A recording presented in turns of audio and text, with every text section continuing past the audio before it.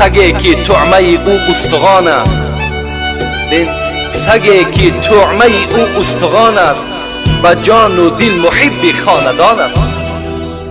یک سگی که ای بنده خدا تو ملایمی گوشت تو میخوری، لذیذترین موضع های همون استخوان تو میخوری، یک استخوان سگ میخورد، به جان و دل محب خاندان است. خاندانش دوست میدارد، صاحبش دوست میدارد.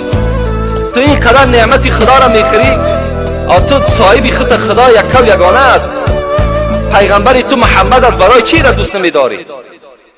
سگی که طعمه او استخوان است، به جان دل محب خاندان است.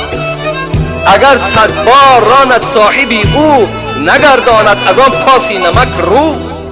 100ها بار از خانه پیشش بکری نمی رود.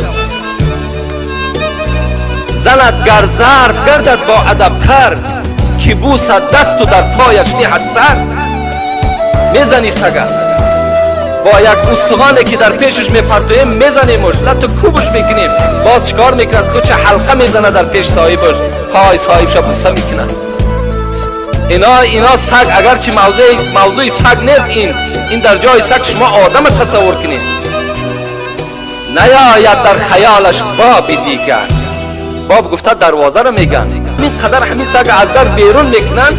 نیاید در خیالش باب دیگر، رود حلقه زند گشته بران در. نگردد دل خنک از راندن آن، روان است از پسی او کرده افغان. چرا تو قدر نعمت ها ندانی، به قدر استخوانی سگ ندانی؟